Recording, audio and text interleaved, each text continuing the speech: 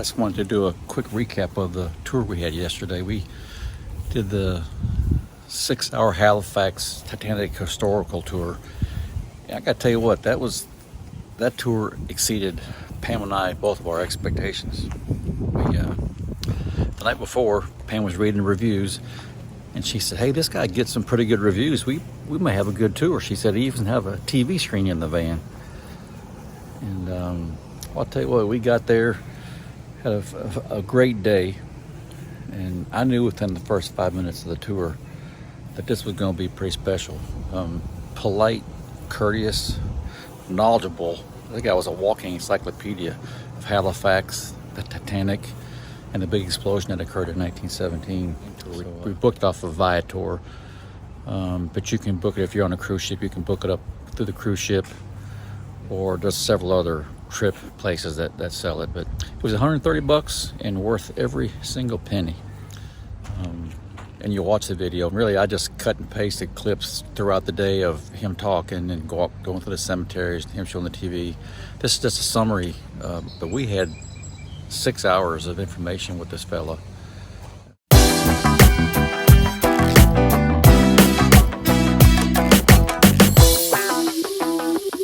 Pam and I are heading down to catch our Uber to Halifax to do the 6-hour city bus tour. Hello. Good morning. Very good morning, Mark. Yes. Good morning. How are you? Good, thanks. Yeah, I am from also in Montreal. Yeah. It's too big. Too big, yeah. Yeah. Too much rush over there. Yeah. Many people, yeah.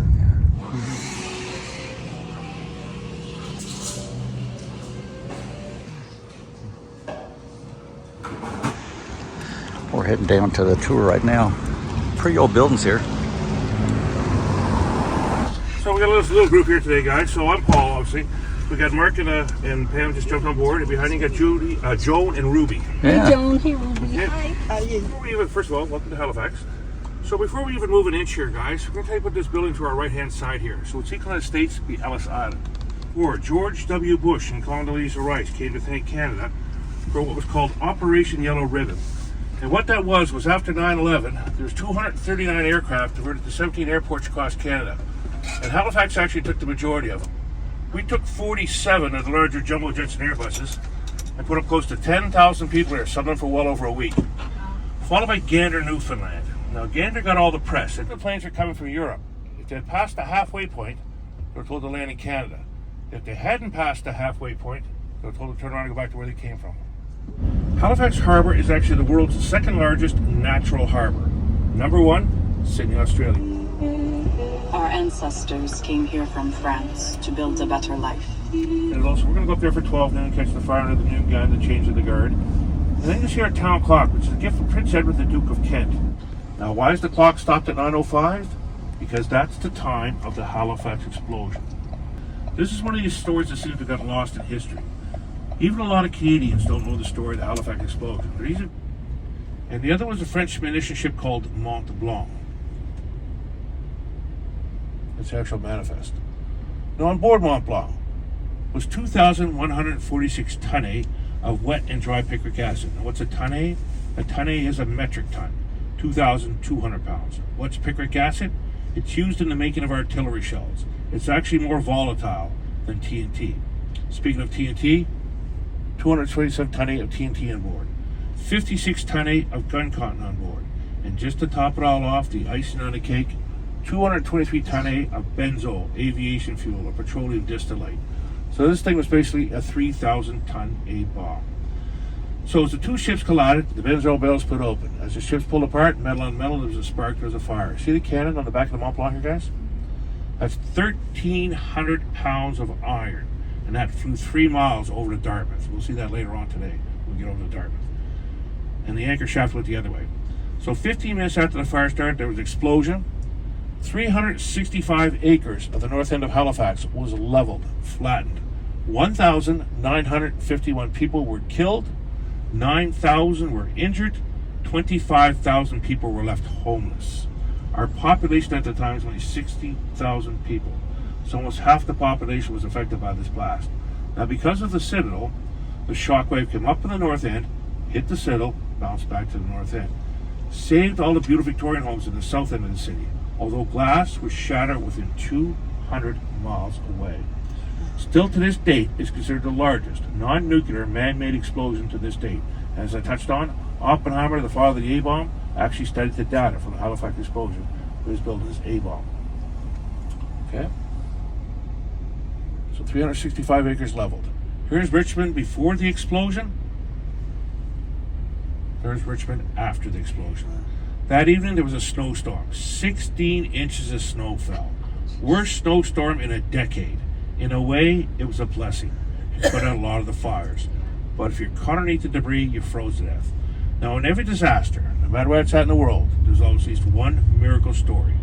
And the miracle story of the Halifax explosion is a story of a little girl named Annie Liggins. 26 hours after the Halifax explosion happened, an officer was walking by with his dog. His dog heard this whimpering. It pulled him over towards the debris. He went over, he moved the debris to the side, and underneath it, he found a 21-month-old baby girl. Had survived the blast and also survived the snowstorm. And she was literally 200 yards away from the center of the explosion, and she survived. So what they think happened is when the explosion happened, it pushed the child towards an old potbelly kitchen stove. The stove stopped the debris from falling on the child, but most importantly, there was warm coals in the ash pan of the stove, and that's what kept her alive for all those hours underneath the snow. They call her Ash Pan Annie. She lived to be 96 years of age. She lived a long life. Her mother and her brother were killed in an explosion. Her father was overseas at war. Once he came back, they were reunited. Now, believe it or not, the French crew all survived except for one of them. They knew what was on their boat. When their boat caught fire, they got in their lifeboats and they paddled for their lives over to Dartmouth. They found themselves a hill. They hid behind that hill. The shockwave went right over top of them. The French crew all survived. It took the war off the other than one. It took the war off the newspapers from around the world.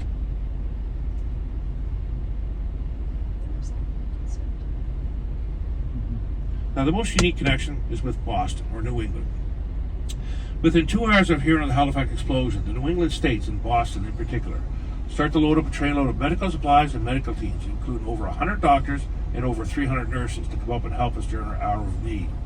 And what Nova Scotia does is a thank you to Boston every year for their kindness, their compassion, and their empathy shown towards us after the explosion. Is every year we go out, we find a 45 to 65 foot high Christmas tree. We're looking for something that is symmetrically perfect, good color, good density. Has to be one of three species, a white spruce, a red spruce, or a balsam fir. Once they find this beautiful tree, they cut it down. They put it on a flatbed truck with all the decorations. We take it down to the Boston Common, and we decorate it for them every year. And that's our thank you to Boston for their help. I've had a lot of people from Boston on board. They knew the tree came from Nova Scotia, but they weren't sure why it came from Nova Scotia. Okay? Here's some of the doctors who came up to help us.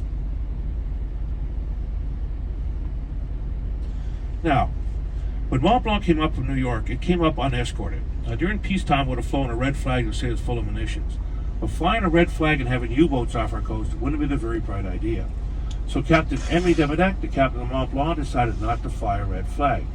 As he came into Halifax Harbor, he still wasn't flying a red flag. As these barrels of benzol were exploding into the air, people was like fireworks. They'd never seen anything like it. You start to head towards the windows to watch it. The worst possible spot to be was in front of glass. The shattering of glass is what did the most damage. 200 people permanently blinded, 150 partially blinded. Their eyes being secured by the glass. The Canadian National Institute for the Blind was actually started here in Halifax to help out all these blind people. Now, whose fault was the Halifax explosion? Now, I went to Privy Council in London, and they said both ships are at fault. But in my eyes, Captain Fromm of the Emo was at fault.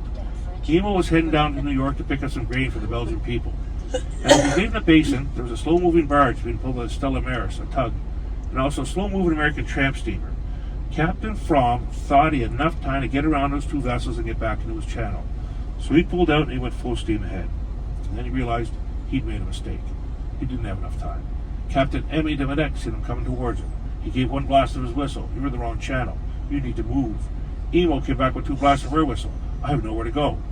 So Captain Fromm, to evade him, started to head towards the middle of the harbor. Captain Fromm tried to stop his ship, and again he was empty. He gained so much momentum, he just kept on going. He tried to reverse his engine to stop his ship. and that caused the bow of a ship to swing around and strike the Mont Blanc. So in my eyes, Captain Fromm was at fault. It's like me driving on the wrong side of the road. When you're going out of the harbor, you're supposed to be on the Halifax side. You're coming into the harbor, you're supposed to be on the Dartmouth side. So he's on the wrong channel. So in my eyes, he was at fault.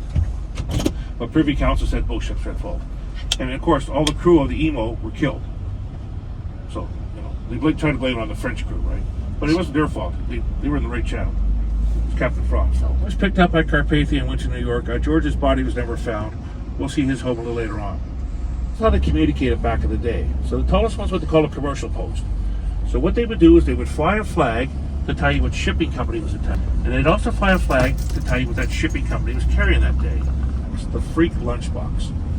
It's a candy store. Now the reason I love this place is this is the only place in the city where I could buy my payday bars. I love my paydays. It's the only place I can buy them. Cheap souvenir for Nova Scotia guys, all you gotta do is grab a Canadian dime. Because on the back of our dime is the Blue Nose. The American ship is just trailing the Blue Nose. She's too old. That is.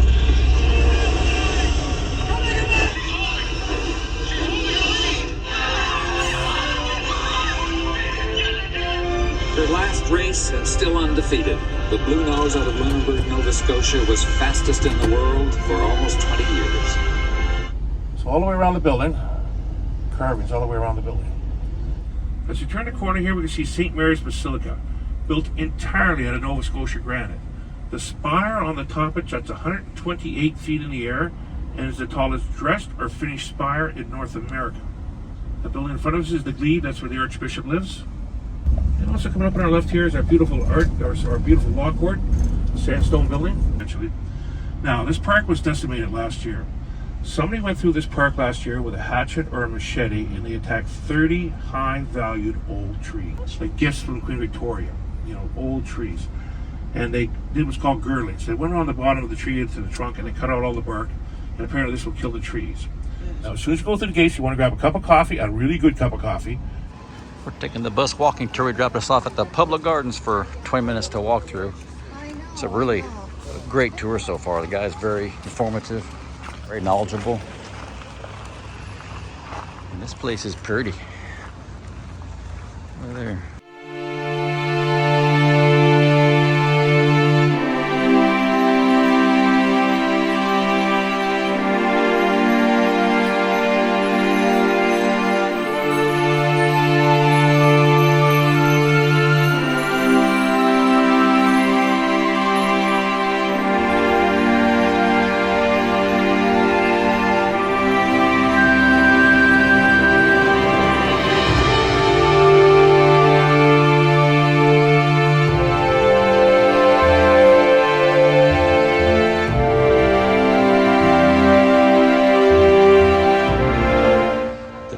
Was telling us about some of the trees that were vandalized or abandoned.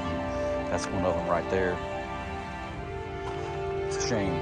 See, on our new $10 bills. So our bills in Canada are actually polymer. So, okay, coming up on our right, Olin Castle, these 7 acres of land which we actually don't own. We only lease it. We have a 999-year lease on this parcel of property, and we pay England the grand total of 1 shilling a year. Through an inheritance he received from his great uncle, he went to school in Scotland and became a biologist. Left a petri dish out and came across medicine. 1917, the Halifax explosion hurls 1,140-pound anchor shaft 2.35 miles from SS Mont Blanc to this park. They fire this gun off every day except for Christmas morning. Okay, so here's what we're dealing with. Big star-shaped fortress right in the middle of town. So you commanding view of the harbor from up there. Star-shaped, it's what they call a bastion fortress, a French design. So you put a cannon on either all ends of the points, and no matter where your enemy comes from, you had angle on them. Powdered up at 5 to the hour. They use a 1-pound charge of black powder. They used to use a 4-pound charge of black powder, but that was setting off car alarms. Now, the Roman numeral 4 should be 1V. For aesthetics, the Duke wanted 4 ticks. Duke wants 4 ticks, you give the Duke 4 ticks. This really does do it justice. The roar was immense. Behind me is the Citadel. That's the town clock. There's the Citadel. We're here for the noon firing. There's our tour guide operator up there with a white van. He's a super duper nice guy. fellas are up there. They're going to give us a 30-second warning before they... You should cover her ears.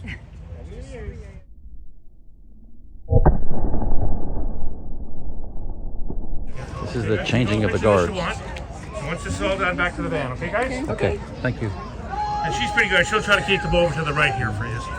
Okay? And then once you go with this kiosk, you never know what's going to happen here, right? So.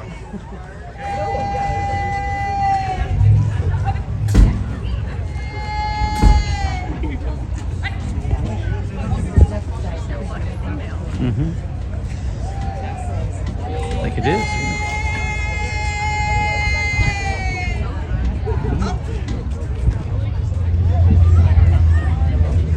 Take charge, walk over your property. All persons not respectful of parents.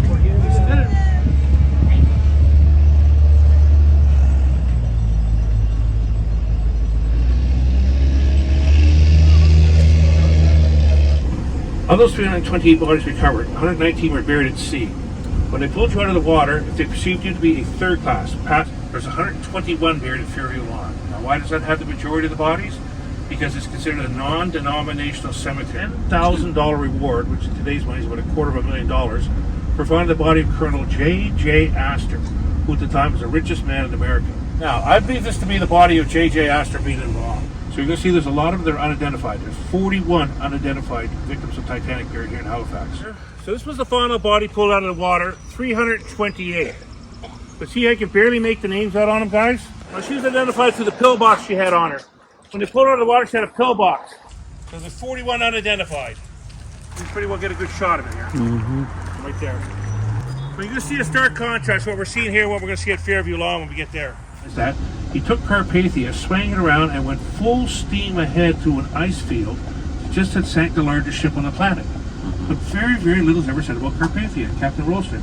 But guys, looks like we're here all by ourselves, maybe one or two people down there. See, the Italians like to be buried above ground. Okay, so coming up on our right, it's going to be a Halifax explosion, mass grave. Again, everybody goes over to see the Titanic, but nobody comes over here. So right from here, where there's no headstone, here lie buried unidentified victims of the Halifax Harbor explosion of December the 6th, 1917. All in and nobody in the background. That's the $1 million shot right there. These are all victims of the Titanic.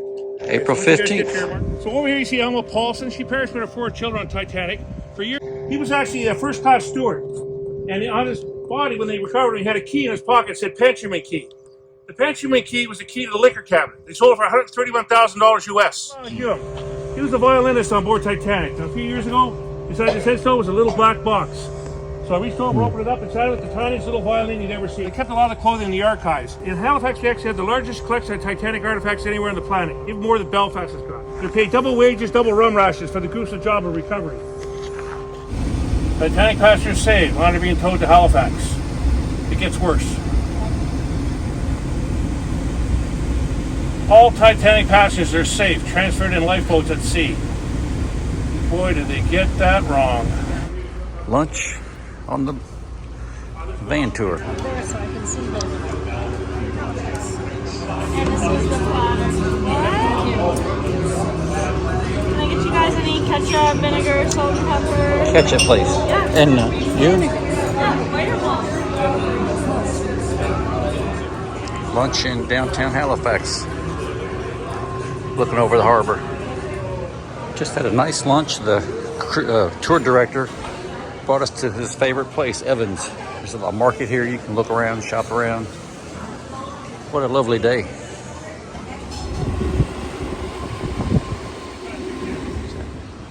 Fishing village.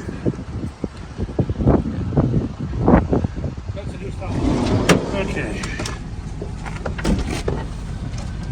That's about 1.5 pounds there. Yeah. So see, he's got a little bit of a darker color on him. He hasn't molted in a while. He's got a barnacle on him. Right? Okay. And lobsters come in left and right-handed too. Sometimes you come up. Yeah. See, this one's got the serrated blade on that side. Yeah. And the cushion on that side. Look at this cushion on that one. Yeah, this one here is the one that tells you this. So this be a right-handed lobster, right? This be a left-handed. Gotcha. Yep. That is a good tour guide right there.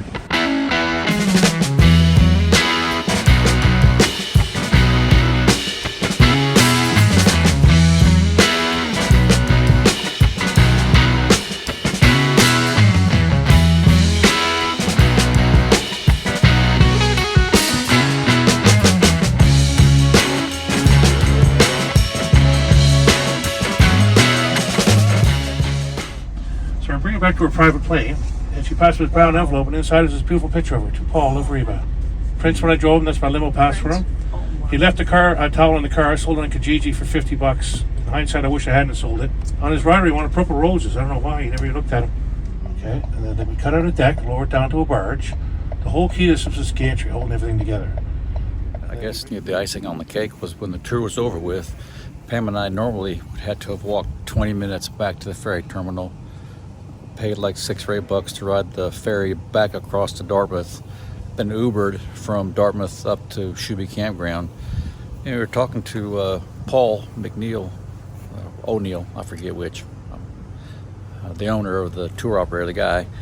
And he said, I'll tell you what, he says, I can just drive you back over there. He says, I live on that side of the bridge, so I'll just drop you off at the campground. So he literally gave us the tour all day, turned around and drove us home and dropped us off here at the campground. So I'll tell you what, I don't think we'll ever be able to top that tour again. It was pretty special.